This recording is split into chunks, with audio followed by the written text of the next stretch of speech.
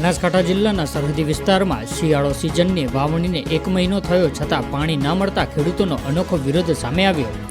Akoli distributor કેનાલમાંથી પસાર થતી Mavsari minor canal 4માં ખેડૂતોએ ઢોલ વગાડીને કેનાલમાં હવન કરીને નોંધાવ્યો હતો વિરોધ। માવસરીના ખેડૂતોએ નર્મદા પ્રશાસનને વારંવાર રજૂઆત કરવા છતાં પાણી ન છોડતા ખેડૂતોએ આકરા મૂડમાં જોવા મળ્યા। છેલ્લા 1 મહિનાથી સિંચાઈ માટે પાણી ન આવતા ખેડૂતોએ કર્યો હતો વિરોધ। 200 જેટલા ખેડૂતોએ માવસરી માઇનોર 4 પર માવસરી માઇનોર 4 કેનાલ પર ઢોલ વગાડીને વિરોધ નોંધાવ્યો હતો।